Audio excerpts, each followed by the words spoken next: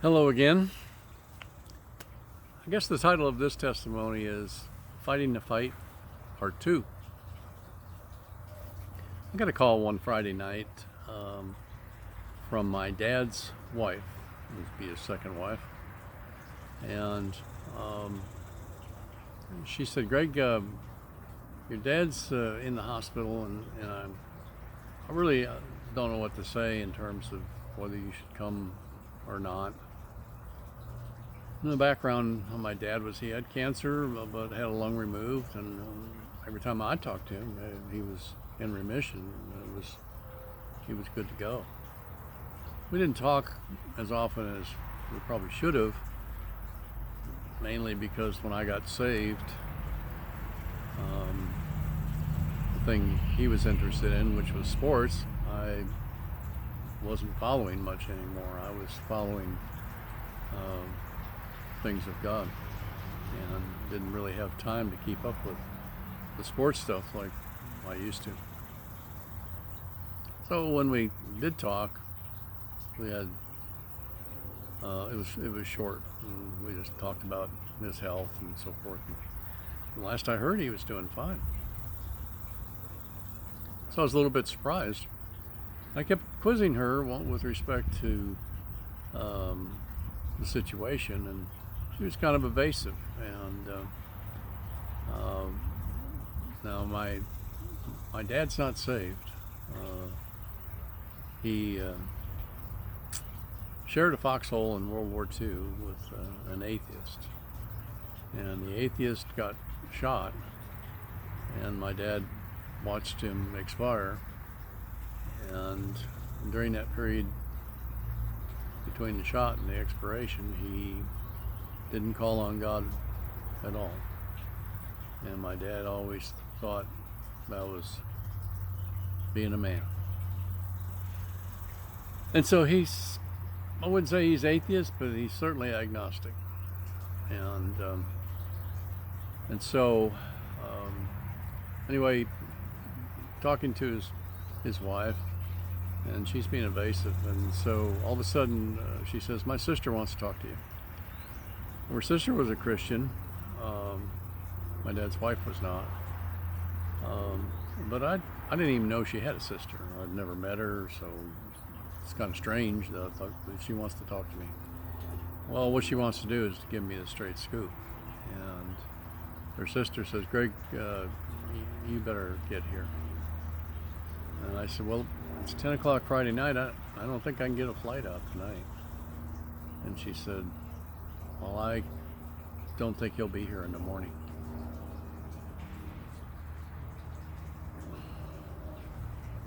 That took the breath out of me. We went from, I don't know if you should come or not, to, I don't think he's going to be here tomorrow. So, needless to say, I was up all night. I went through every conversation that we ever had, wondering if I missed an opportunity to witness to him. Because at this point, my dad's going to hell. And I am taking responsibility for missing God somewhere along the way. And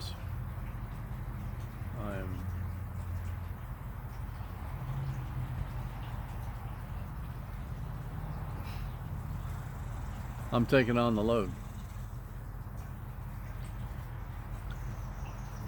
And of course I'm praying, Lord, we can't let it end this way. And so I pack up every Bible track and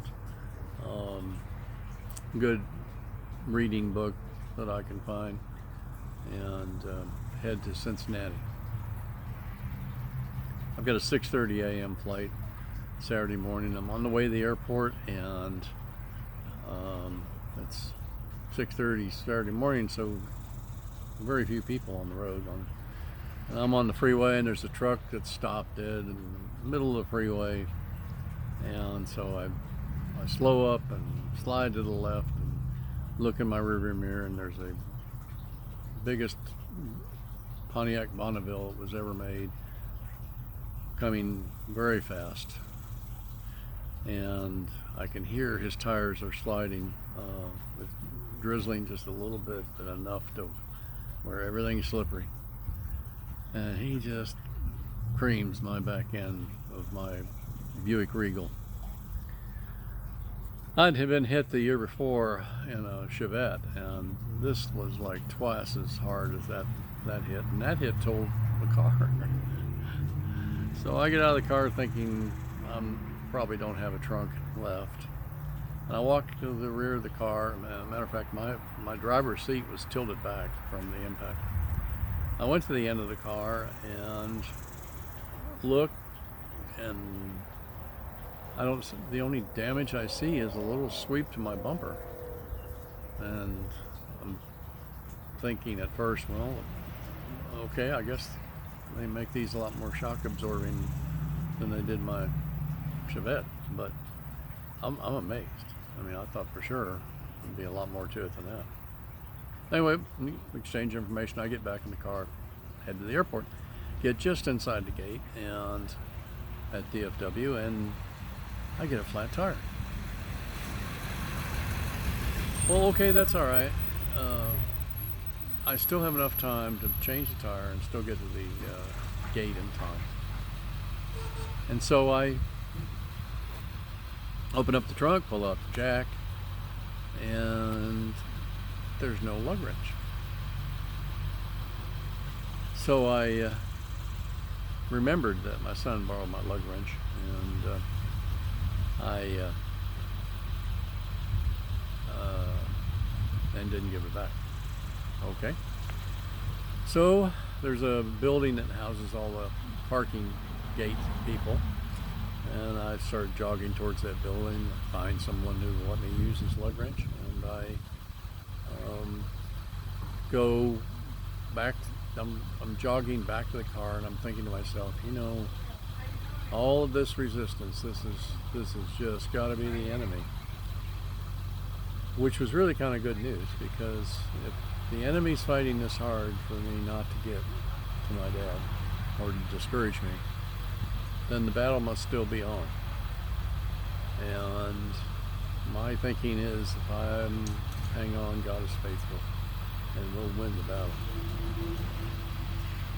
So I get back to the car, and my wife Becky says to me, "You know, this is just the enemy." I said, "Yeah, I know." And so I change the tire, get to the airport, get to the gate. It is 6:30 on the dot, and the plane is sitting there, but the door to the ramp is closed. And so I asked the person at the podium, "Can I get on that plane?" And she asked me if I had a ticket, and I said no, I just have a reservation. And she said, "Well, it's gone." But at this point, you know, I've got God's peace, and I'm thinking, that's all right, you know, we'll catch the next flight, no worries.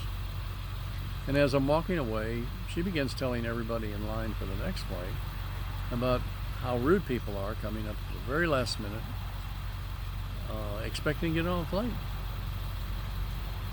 And I thought, well, she just doesn't understand. Let me help her out a little bit with that. And so I walked over to the podium and stood on the side and really very quietly said, "You know, lady, so far this morning I've been rear-ended. I got a flat tire, and my dad is dying in Cincinnati." And she turned to me and said, "You know, my dad is really sick too." I think I said something like, "Well, I hope he gets better. Have a nice day." Might not have been real genuine, but that was kind of the last confirmation that the enemy was alive and well. And so I proceeded from there to wait for the next flight. Got the next flight, got to Cincinnati, got to the hospital about 2 o'clock in the afternoon. Met with his wife. She warned me to be very positive about everything, not to say anything negative, and also told me that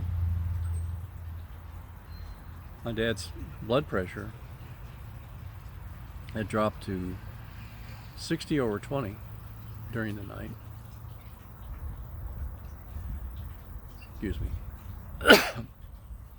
And the doctor said that his body was shutting down, and he probably only had a couple more hours. So I walked into his room, and he's sitting on the side of the bed looking out the window. Now, I know I'd called many of you and asked you to pray, and I'll attribute his revival to those prayers. So we had some good conversations. We hadn't seen each other in a while, chit-chatted, and took care of him. Tried to slide in a track or a good book or the Bible, or talk to him a little bit this way or this or that way. And but didn't really make any headway at all. And that went on for a few days. And in the meantime, it was obvious that he was not going to hear a lot from me. So I went to the local church there. It was a Assemblies of God, big Assemblies of God. I think they ran about 2,000 in attendance, 7 pastors.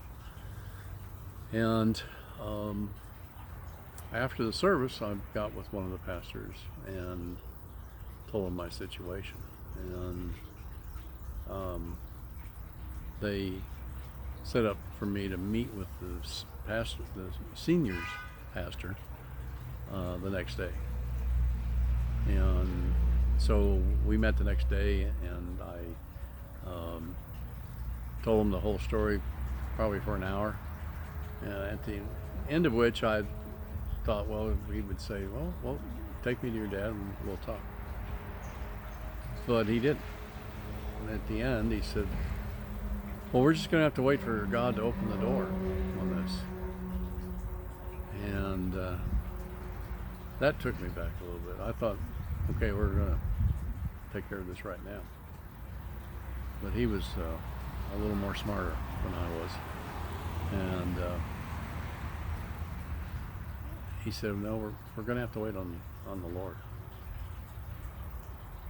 So I wasn't real happy about that. I thought, hey, we need to take care of this. And but okay, we'll have faith. So also during this time, I was calling my mother, who obviously was very concerned about my dad. Their divorce was over finances, and they really did love each other. They continued to date after my dad got remarried. So it was obviously a very amicable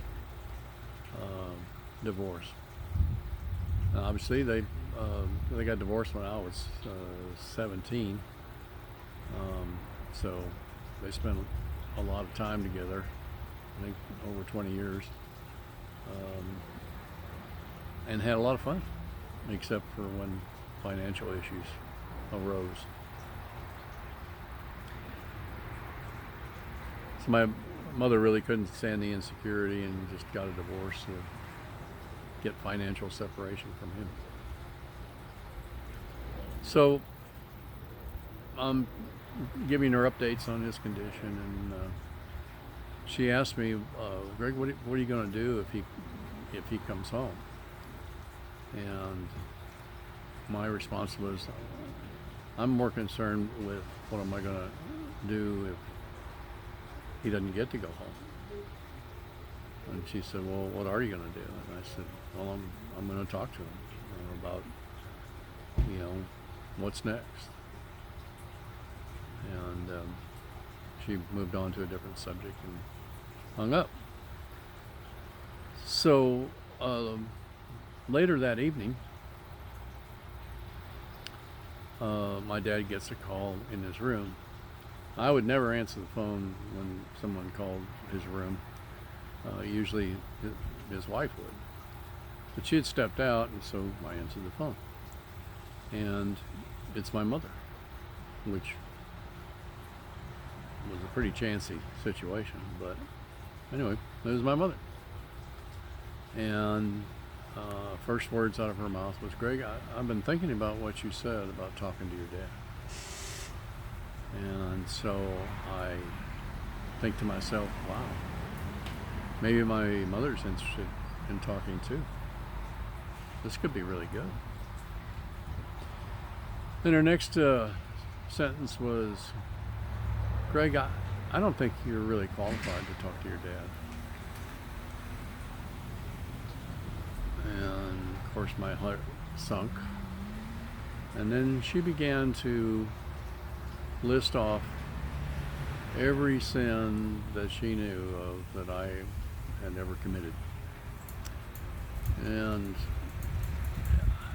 it seemed like it took an hour. I mean, your mother knows all your sins pretty much. But it just seemed to go on forever. And by the time I hung up the phone, I'm ready to pack up. I'm ready to go back to Dallas. I'm totally defeated. And I finally just cry out to the Lord and say, what should I do? And his response was, "If you step aside, I'll take care of this for you." So, and with that, he put an internal assurance within me that was all true. That was right. Okay, great. Awesome. And so, not long after that, my dad came home. Spent the next 10 days talking, just about general things, taking care of stuff. And the last night that I was there, I was scheduled to go home the next day. And my dad slept in a recliner. He had lung cancer, and so obviously sitting up somewhat was easier. And he had a little bell by his chair that he could ring if he needed anything in the middle of the night. Well, 5 o'clock in the morning, I hear the bell ring, and so I get up and I go out there. I'm the first one out, and he says, "I need a glass of water." And so I go get a glass of water, and I bring it back to him and hand it to him. And he takes a glass of water and he pours it on his head. By this time, his daughter and his wife are out there, and they see it. So I look at them to see if they've ever seen this before, and I can tell by the look on their face that this was all new to them. He handed the glass to his daughter and said, "Would you give me another glass?" She went and got him another glass, handed it to him, and poured it on his head. And so at this point, I am praying because I am totally lost with respect to what is this. And I said to my dad, I said, "Dad, what's going on?" He said, I just can't cool off." Well, he was not hot to the touch. I mean, he didn't have a fever. He wasn't heated in any particular place. So I'm kind of grasping here and asking the Lord, what do I do? And it was strange to me. I guess it wasn't strange when I first heard it, because I was desperate. But the Lord said, talk about nature things. get him to visualize green fields, trees, and just all kinds of nature things. And so I did that, and his problem went away, and we all went back to bed. And so I got up the next morning and making my bed, and I said to the Lord, I said, Lord, you know, I know you're going to do this. I don't have a doubt. But if there's any way, I'd sure like to see it. So I went out to the living room, sat down next to my dad, and he said, you know,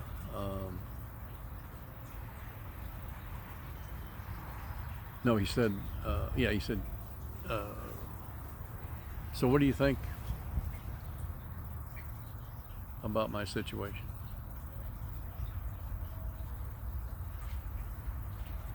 No, he said, first he said, you know, what you had to say last night really helped. I said, well, good. I'm glad that I could help.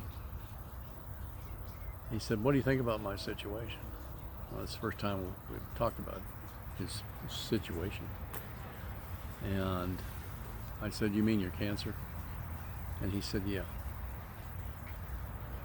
And I said, well, you know where you are statistically, because they had told me that only 5% of the people lived longer than 5 years after diagnosis. He was at the 8-year mark. So statistically, he's down in the 2% range. And so he said, yeah. And I said, well, you can beat it, but not by yourself. He said, you have any pull over at that church you've been going to? I said, yeah, I think so. He said, can you call the minister to come talk to me? And I said, sure. Well, of course, I don't have enough faith to walk to the phone. Just about run to the phone and hope and pray that he's there and he'll answer the phone. And he does. And I said, my dad's ready to talk. And he was primed and ready. And he came and he led my dad to the Lord.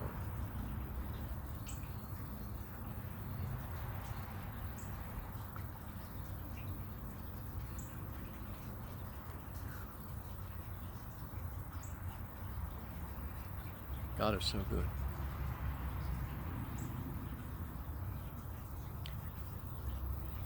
And if you're in a tough situation, just hang in. Just hang in. He is faithful.